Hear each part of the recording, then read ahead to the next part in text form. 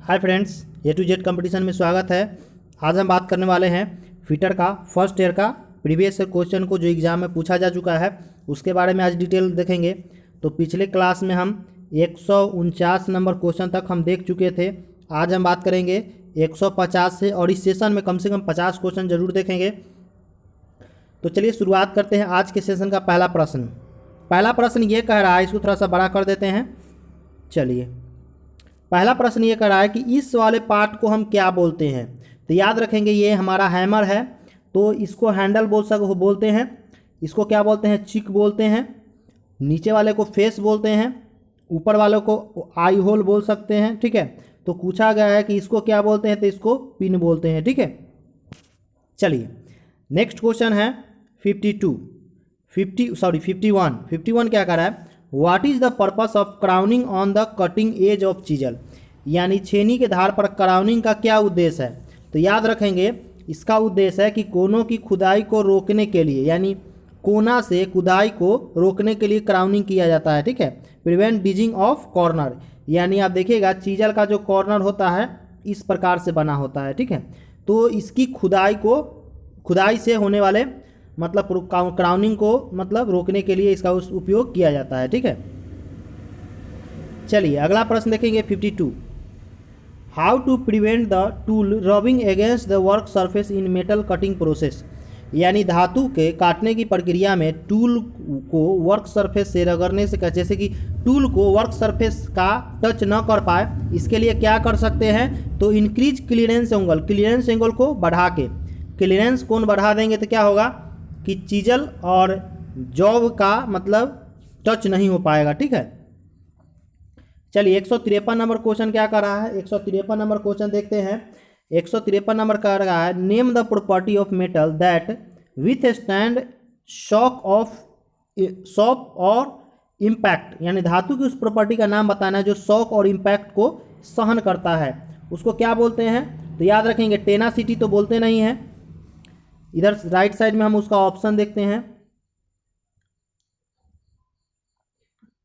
इसको बोलते हैं टफनेस। क्या बोलते हैं? टफनेस, यानी भंगुरता, सॉरी टफनेस जो मतलब बहुत ज़्यादा हार्ड होता है।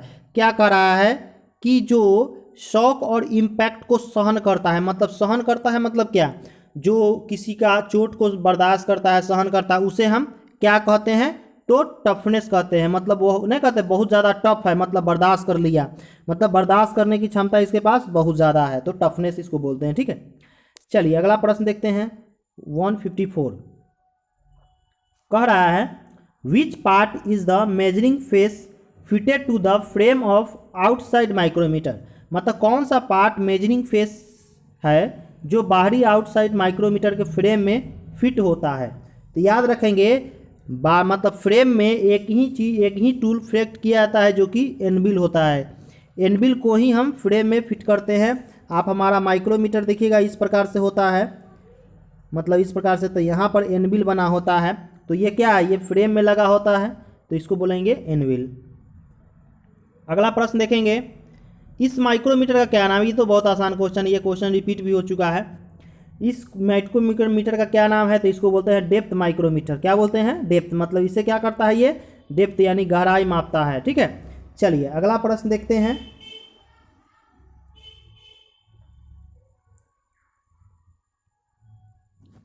How to drill chuck are hold on the machine spindle, मतलब मशीन स्पिंडल पर ड्रिल चक को कैसे पकड़ते हैं? तो ये तो क्वेश्चन रिपीट हो गया। आर्बर के द्वारा इसको पकड़ते हैं। याद रखेंगे, क्वेश्चन सीधा आएगा कि ड्रिल मशीन पर ड्रिल चक को कैसे पकड़ते हैं, तो आर्बर के द्वारा पकड़ते हैं। इस चीज़ को याद रखिएगा। ठीक है, यही क्वेश्चन बार बार पूछा जाता है। क्वेश्चन 57 नंबर को क्या कह रहा है वो हम समझते हैं। कह रहा है, विच ड्रिल मशीन, मतलब कौन सा ड्रिल मशीन है? The spindle head is move toward on और अवे फ्रॉम द कॉलम, यानी कौन सी ड्रिलिंग मशीन में स्पेंडल हेड को कॉलम के पास और दूर किया जाता है? तो इसका आंसर क्या हो जाएगा? ऑप्शन देख लेते हैं। इसका आंसर हो जाएगा रेडियल ड्रिलिंग मशीन। ठीक है, रेडियल जो होता है वो मतलब सेंटर से क्या कर रहा है? कॉलम स्पेंडल कॉलम के पास और दूर किया जाता है। किसके द्वारा?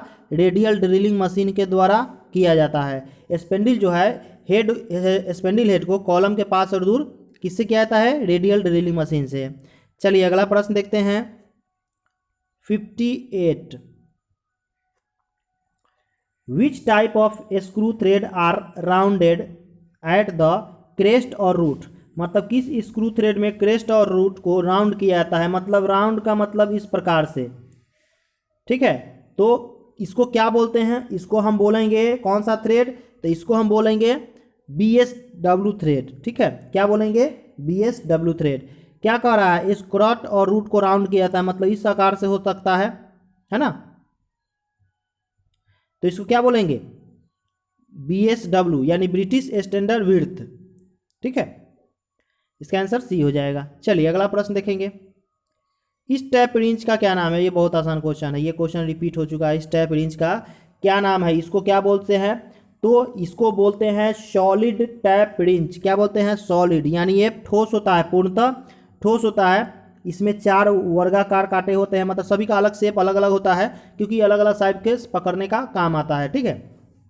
तो इसको क्या बोलते हैं, सॉलिड टाइप रिंच, ठीक है।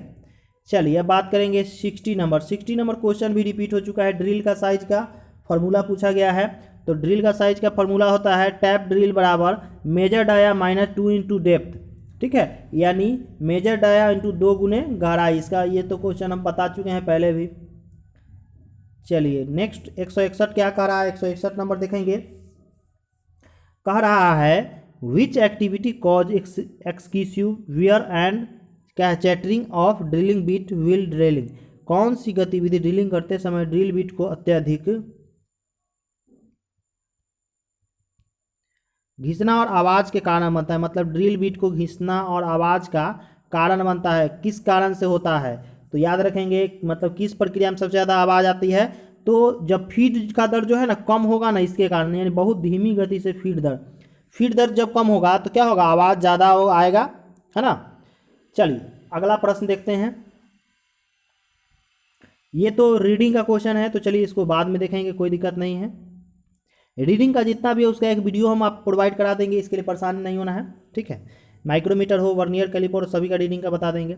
चलिए 163 देखते हैं। Which part of combination set is use to mark and check angle 90 और 45 डिग्री, मतलब कौन सा कॉम्बिनेशन सेट है जिसके द्वारा किसी भी भाग का 90 डिग्री और 45 डिग्री कोण चिन्हन करने के लिए या जांचने के लिए हम प्रयोग में ला सकते हैं। तो याद रखेंगे स्क्वायर हेड से हम 45 डिग्री भी माप सकते हैं और 90 डिग्री भी माप सकते हैं, ठीक है। स्क्वायर हेड इस प्रकार से होता है, मतलब आपको शायद इस प्रकार से देखने को मिलेगा, ठीक से आपको हम इमेज भी दिखा चुके हैं। तो स्क्वायर हेड क्या हो जाएगा, इस प्रकार से हो जाएगा, ठीक है। इसका आंसर 64 नंबर क्वेश्चन देखते हैं।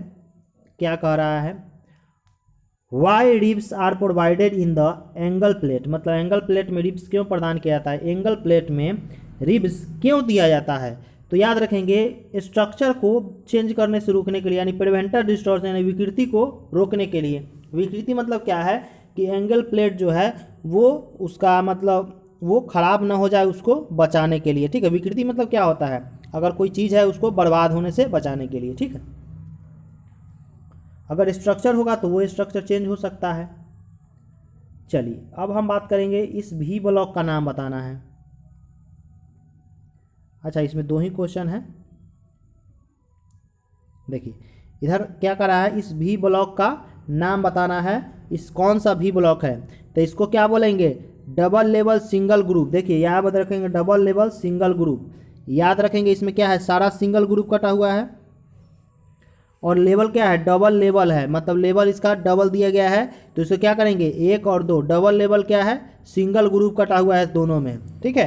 तो इसको क्या बोलेंगे, डबल लेवल सिंगल ग्रुप, ठीक है। चलिए इसका आंसर सी हो जाएगा। अब बात करेंगे 66, स्टील में कार्बन की प्रतिशत कितना होता है, याद रखेंगे स्टील में जो कार्बन की प्रतिशत होता है 1.5 से 1.7 तक होता है, यानी इसका आंसर बी हो जाएगा। स्टील में कार्बन का प्रतिशत अगर पूछेगा तो 1.5 से 1.7 के बीच में हो सकता है, ठीक है। चलिए अगला प्रश्न देखते हैं। अगला प्रश्न हमारा 167 स्क्रीन पर दिख रहा है।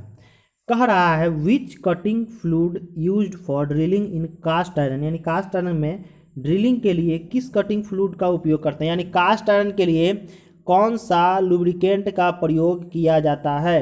ठीक है, कास्ट आयरन के लिए क्या कह रहा है, तो ड्राई एयर जेट, यानी एयर जेट मतलब हवा का जो प्रेशर देते हैं जो कि सूखा हुआ, उसका उपयोग करेंगे। ठीक है, कास्ट आयरन पर लिक्विड का उपयोग नहीं करेंगे, ड्राई एयर जेट यानी हवा का प्रेशर का उपयोग करेंगे। ठीक है, ड्राई एयर जेट का उपयोग करेंगे। ठीक है, चलिए अगला प्रश्न देखते हैं। अगला प्रश्न हमारा क्या है, 68 नंबर। ये ड्रिल मशीन दिया गया है, इसका ड्रिल मशीन में एक्स का रूप में बताना है, मतलब नाम इसका क्या होगा। इसका क्या नाम है ये बताना है ड्रिल मशीन में, उसको हम क्या कहते हैं, तो याद रखेंगे इसको क्या बोलते हैं, स्पेंडिल हेड बोलते हैं। तो इसका आंसर डी हो जाएगा, क्या हो जाएगा, स्पेंडिल हेड। इसको क्या बोलेंगे, स्पेंडिल हेड बोलेंगे। ठीक है, चलिए 69 नंबर क्वेश्चन देखते हैं। 69 नंबर ये क्या है, आरपीएम का सूत्र है, माइल्ड स्टील का ड्रिल करने का ये फार्मूला लगेगा, फार्मूला से आसानी से बना सकते हैं इसको। ठीक है, तो चलिए अगला प्रश्न देख लेते हैं। ये क्वेश्चन आप देख लीजिएगा आराम से, क्योंकि ये जो है न्यूमेरिकल टाइप का है और ये फार्मूला पे बैठ जाएगा। ड्रिल का जो सूत्र होता है उसी सूत्र पे ये आराम से बैठ जाएगा। ठीक है, चलिए अगला प्रश्न देखते हैं। 170 नंबर क्वेश्चन देखते हैं। छेद में रिविट डालने के बाद प्लेट के निकट लाने के लिए किसका उपयोग करते हैं, मतलब अगर प्लेट है, इसमें अगर होल दिया गया है तो होल में रिविट डालने के बाद प्लेटों को निकट लाने के लिए किसका उपयोग करते हैं, तो याद रखेंगे हम उपयोग करते हैं रिवेट सेट का, मतलब नट बोल्ट का उपयोग करते हैं। मतलब नट बोल्ट को कसने के लिए किसका उपयोग कर सकते हैं, हम स्पैनर का उपयोग कर सकते हैं, प्लायर का उपयोग कर सकते हैं, या इससे संबंधित मतलब जो सेट होगा उसका उपयोग करेंगे तो किसका, रिविट सेट का उपयोग कर सकते हैं। ठीक है, जिससे वो टाइट हो जाए। चलिए अगला प्रश्न 171 कह रहा है, what is the use of bent snip. Bent snip का उपयोग क्या है, तो बेंट मतलब क्या होता है, मुड़ा हुआ, है ना। बेंट मतलब क्या होता है, मुड़ा हुआ होता है। तो इसका उपयोग क्या करेंगे, इस प्रकार से काटने के लिए, तो सर्कुलर कट का बना लेंगे। सर्कल मतलब वृत्ताकार, मतलब वृत्ताकार कट बनाने के लिए बेंट स्निप का उपयोग करेंगे। ठीक है, चलिए अगला प्रश्न देखते हैं। 171 72 तो आसान क्वेश्चन है। कह रहा है लीवर शियर का भाग बताइए। ये जो है इस कौन सा शियर है, शियर का ये कौन सा पार्ट है वो बताना है। तो याद रखेंगे इसको क्या बोलते हैं, ब्लेड बोलते हैं। ये नीचे का ब्लेड है तो नीचे लोअर ब्लेड बोलेंगे। ठीक है, क्या बोलेंगे, नीचे का ब्लेड है। इस पर क्या करते हैं, ये हमारा कटिंग मतलब मशीन है, शियर मशीन है। इससे क्या करते हैं, मतलब इसका उपयोग ज़्यादातर आप देखे होइएगा तो कार्ड जो छापते हैं, कार्ड प्रिंटिंग प्रेस, वहाँ पर इसका उपयोग ज़्यादातर होता है। ठीक है, चलिए अगला प्रश्न देखते हैं। इस सीट मेटल का ऑपरेशन का नाम बताना, यानी 73 में ये कौन सा सीट मेटल का उपयोग किया गया है, ये कौन सा ऑपरेशन है बताएंगे ना, ये बताना है ये कौन सा ऑपरेशन किया गया है, ये बताना है। ठीक है, इसमें कौन सा ऑपरेशन किया गया है वो बताना है। तो याद रखेंगे इसमें हम ग्रूव काटने के लिए ये क्या करते हैं, ग्रूविंग कर रहे हैं, मतलब ग्रूव काटने के लिए इसका उपयोग कर रहे हैं, तो इसको हम क्या बोलेंगे, ग्रूविंग बोलेंगे। चलिए अगला प्रश्न देखेंगे, 74 देखेंगे। Name the zinc coated iron, मतलब जिंक कोटेड आयरन का नाम बताइए। याद रखेंगे जिंक कोटेड मतलब जिंक मतलब जस्ता जो हम चढ़ा देते हैं, तो जस्ता किस पे होता है, यानी गैल्वनाइज आयरन, मतलब लोहे पर जस्ता चढ़ा हुआ लोहा यानी गैल्वनाइज आयरन। ऐसे में इसमें ऑप्शन में बता दिया है कि लोहा मतलब जस्ता चढ़ा हुआ था। जिंक कोटेड मतलब क्या होता है, मतलब जिंक को उस पर चढ़ा देना, मतलब गैल्वनाइजिंग। अब बात करते हैं 75 नंबर। ये भी हमारा रीजनिंग है, मतलब रीजनिंग कर रहे हैं, सॉरी, ये न्यूमेरिकल टाइप का है तो इसको बाद में बताएंगे। ये क्वेश्चन क्या कर रहा है, 76 which sheet metal is highly resistant to corrosion and abrasion, यानी जंग और घर्षण के लिए कौन सी धातु अत्यधिक प्रतिरोधी है। याद रखेंगे प्रतिरोधी का मतलब क्या होता है, उसका विरोध करना है। ठीक है, तो तांबा और काला लोहा तो होगा नहीं। ठीक है, इधर देख लेते हैं, इधर क्या ऑप्शन दिया गया है, एल्युमिनियम है और जस्ता लोहा है। तो याद रखेंगे इस क्वेश्चन का मतलब समझिए। प्रतिरोधी मतलब क्या होगा कि कौन जंग और घर्षण के लिए कौन सी सीट अत्यधिक प्रतिरोधी है, मतलब जंग और घर्षण किस में नहीं लगता है। तो याद रखेंगे तांबा में भी लगता है, लोहा में भी जंग लग जाता है, लेकिन इसमें जस्ता में नहीं लगा, लेकिन एल्युमिनियम में नहीं लगेगा। तो हमारा आंसर क्या हो जाएगा, एल्युमिनियम। एल्युमिनियम में जंग नहीं लगता है, ठीक है। चलिए नेक्स्ट क्वेश्चन देखेंगे 177 का फॉर्मूला पूछा गया है कि षष्ठभुज का फ्लैट से फ्लैट तक साइज की गणना करने के लिए नियमित षष्ठभुज का इसका फॉर्मूला क्या लगाएंगे, √3a, यानी √3a का फॉर्मूला लगाएंगे इसमें, है ना। तो इसका आंसर क्या हो जाएगा, सी हो जाएगा। चलिए अगला प्रश्न देखते हैं 178 नंबर। What is the use of stake in sheet metal work, यानी सीट मेटल वर्क में स्टेल का उद्देश्य क्या है। याद रखेंगे सीट मेटल वर्क में स्टेक जो करता है उसका काम क्या है कि सपोर्ट करता है। जैसे कि अगर हमको किधर मोड़ना है, जैसे भी शेप बनाना है या किसी कोई शेप बनाना है, तो स्टेक क्या करता है, उस वहाँ पर सपोर्ट करता है और जिस जैसा ज़रूरत होता है उस प्रकार से हम शेप बना लेते हैं, ठीक है। तो इसका काम क्या है, सपोर्टिंग पीस, यानी ये सपोर्ट करता है मेटल को, सीट को। What is the material off shoulder, यानी शोल्डर सामग्री क्या है। शोल्डर जो है, शोल्डर का मतलब क्या होता है, शोल्डर जो है वो कौन सी सामग्री मटेरियल है।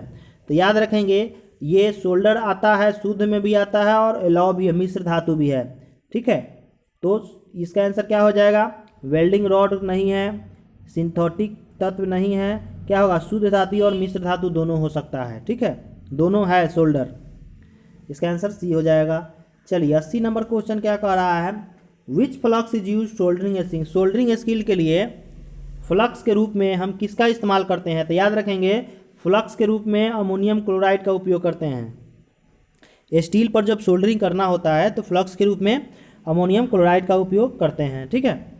चलिए 181 नंबर क्वेश्चन देख लेते हैं। 181 नंबर क्या कह रहा है, what is purpose of groove, यानी ग्रूव का उद्देश्य क्या है। यानी ग्रूव मतलब क्या होता है, खांचा। तो खांचा का उद्देश्य क्या है, तो इसका उद्देश्य हो जाता है खांचा, जैसे कि किसी जॉब में हम खांचा काटते हैं तो खांचा का बना मतलब है कि क्लोजिंग एंड लॉकिंग सीम, मतलब सीम को क्लोज करना और लॉक करना, ठीक है। जैसे ये हमारा एक पार्ट है, यहाँ पर खांचा कर देते हैं, यहाँ पर भी कॉर्नर पे खांचा काट देते हैं, तो इसके बाद ये क्या बन जाता है, इस प्रकार से बनता है।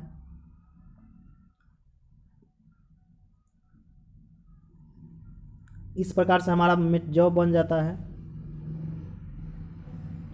ना। तो खांचा का मतलब ऊपर के तरह, मतलब ऊपर में ये मोड़ा जा सकता है, तो इसको क्या बोलते हैं, सीम बोलते हैं। द क्लोज एंड लॉक करना, ठीक है।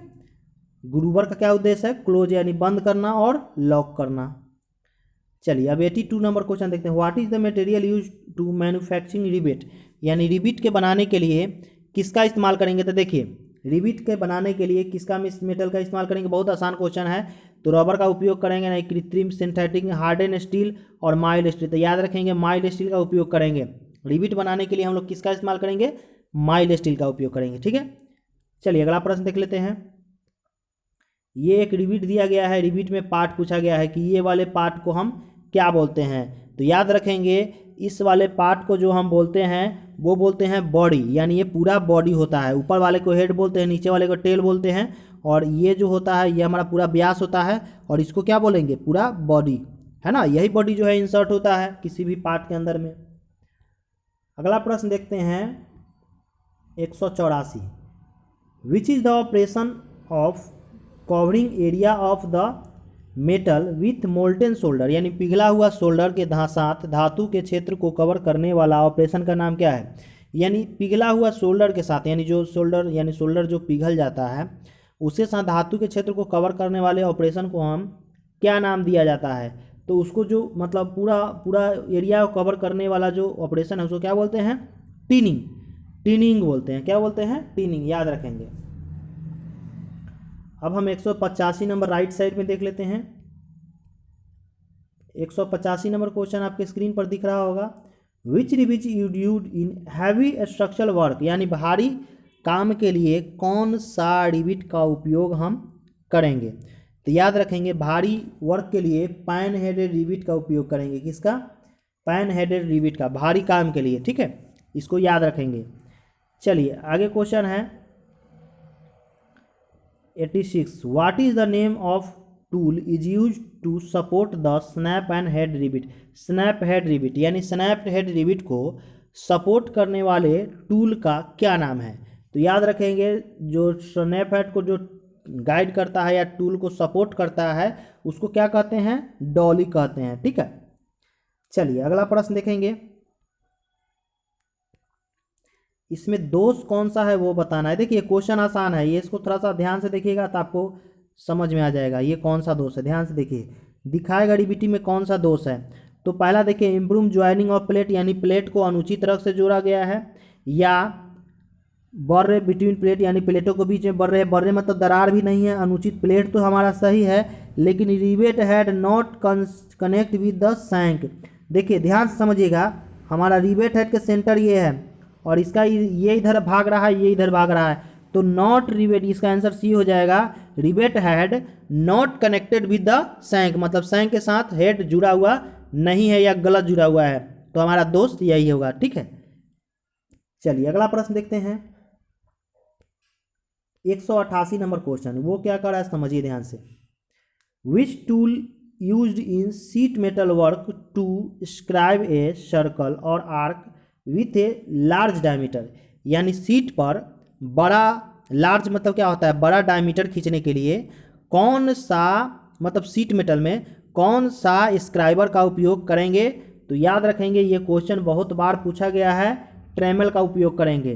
ट्रेमल एक ऐसा इंस्ट्रूमेंट होता है जो एक स्केल पर, एक इधर भी डिवाइडर होता है, एक इधर होता है, और इसमें पेंसिल लगा दीजिए या कुछ लगा दीजिए और इसको हम ज़रूरत के हिसाब से आगे बढ़ा या घटा भी सकते हैं। ठीक है, इसी को हम ट्रेमल बोलते हैं। इससे बड़ा से बड़ा वृत्त खींचने में काम में लाया जाता है। अब 189 89 नंबर क्वेश्चन देखते हैं 189। Why burr from the under side of the sheet metal while shearing, यानी शेयरिंग करते समय सीट धातु के नीचे की तरफ बर्रे क्यों बन जाता है? यानी देखिए बर्रे मतलब क्या होता है कि थोड़ा सा उसमें क्या होगा, मतलब सीट बेल्डिंग में, मतलब उसमें ज्वाइनिंग में प्रॉब्लम आ जाता है, थोड़ा सा ऊपर उभर खाबर बन जाएगा। तो उभर खाबर जो सतह बनता है उसी को हम क्या बोल देते हैं? बर्रे बोल देते हैं। तो वो क्यों आता है? तो मैक्सिमम क्लीयरेंस के कारण, अत्यधिक क्लीयरेंस के कारण वो नीचे की तरफ बर्रे बन जाता है। देखिएगा बुनका बुनका हल्का हल्का बन जाएगा। कभी कभी टीन के अगर डब्बा लीजिएगा तो उसमें कहीं कहीं पे होगा बुनना बुनका, कभी कभी हो जाता है, तो ये यही प्रॉब्लम होता है। ठीक है, तो ज़्यादा क्लीयरेंस के कारण ये हो जाता है। चलिए नेक्स्ट देखते हैं 90 नंबर। ये भी हमारा एक्स का नाम, मतलब इसका नाम बताना है। ठीक है, चलिए इसको, ये लंबा जो रॉड दिख रहा है उसका क्या नाम है वो बताना है। ठीक है, तो उसका नाम जो हो जाएगा, ध्यान से समझेंगे उसको, ये जो क्या किया गया, ये क्वेश्चन शायद रिपीट हो गया है, ये एक दूसरे से जोड़ के रखता है, तो इसको हम बोल सकते हैं क्लैम्प। मतलब क्लैम्प मतलब क्या होता है? एक दूसरे से जोड़ के रखना। आप ध्यान से समझिएगा, इसको थोड़ा सा बड़ा कर देते हैं, ध्यान से समझिए। देखिए ये नीचे वाला पार्ट के साथ जुड़ा हुआ है और ये इसके साथ जुड़ा हुआ है, मतलब ये दोनों को ये जोड़ने के लिए क्या क्लैम्प का उपयोग किया गया है? तो ये इस प्रोसेस को क्या बोलेंगे? क्लैम्पिंग। ठीक है, चलिए अगला प्रश्न देखते हैं 191। आपके स्क्रीन पर दिख रहा होगा 191 क्वेश्चन क्या कर रहा है वो हम समझते हैं। What is the use of groover in sheet metal work, यानी सीट मेटल वर्क में ग्रूव का क्या काम है? तो क्वेश्चन अभी जस्ट रिपीट हो चुका है। तो सीम को क्लोज करने के लिए, यानी सीम मतलब कॉर्नर को बंद करने के लिए। ठीक है, चलिए अगला प्रश्न देख लेते हैं 92 नंबर क्वेश्चन क्या कर रहा है। Which rivet are used in lightly assembly work, मतलब हल्का असेंबली में कौन सा रिविट का उपयोग करते हैं? तो चलिए ऑप्शन में देख लेते हैं, ऑप्शन में क्या दिया हुआ है। मतलब हल्का सा, क्वेश्चन फिर से एक बार देख लेते हैं, क्वेश्चन क्या कह रहा है। हल्की असेंबली में कौन सा रिबिट उपयोग में लाया जाता है? तो याद रखेंगे, हल्का असेंबली का जब जहाँ पर भी उपयोग होगा वहाँ पर स्नैप हेड रिबिट का उपयोग कर सकते हैं। हल्का असेंबली मतलब हल्का सा जोड़ बनाने के लिए स्नैप हेड रिबिट का इस्तेमाल कर सकते हैं। और पैन हेड का कहाँ उपयोग करेंगे? जहाँ पर हेवी लोडेड होगा वहाँ पर। ठीक है, चलिए 193 देख लेते हैं। What is the tool use to from the other end of rivet head? मतलब रिवेट हेड के दूसरे छोर को बनाने के लिए किस उपकरण का प्रयोग किया जाता है? याद रखेंगे, रिवेट हेड जो होता है उसको दूसरे मतलब छोर बनाने के लिए जो उपयोग करते हैं रिवेट स्नैप का उपयोग करते हैं। ठीक है, कौन सा उस उपकरण? रिवेट स्नैप का उपयोग करते हैं। ठीक है, 94 सीट मेटल वर्क में नोच का क्या नाम है? देखिए ये नोच आपको हम बताते हैं। इसमें ये जो नोच बताते हैं, ये नोच हमारा यही होता है। ये जो जोड़ा हुआ है इसको हम क्या बोलते हैं? नोच बोलते हैं। तो ये जो नोच बना हुआ है ये कौन सा नोच है? स्क्वायर नोच बना हुआ है। ध्यान से समझिएगा, इसको हम आपको जूम करके बढ़िया से दिखाते हैं।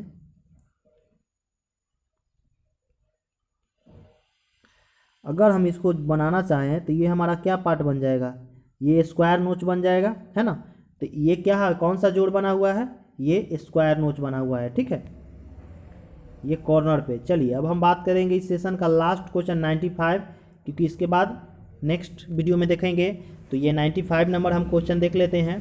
कह रहा है what type of mallet use for following होना चाहिए, फॉलोइंग पैनल बैटिंग यानी पैनल बीटिंग के को होलो करने के लिए किस प्रकार की मेटल का मैलेट का उपयोग करते हैं? मैलेट मतलब लकड़ी का लोहा।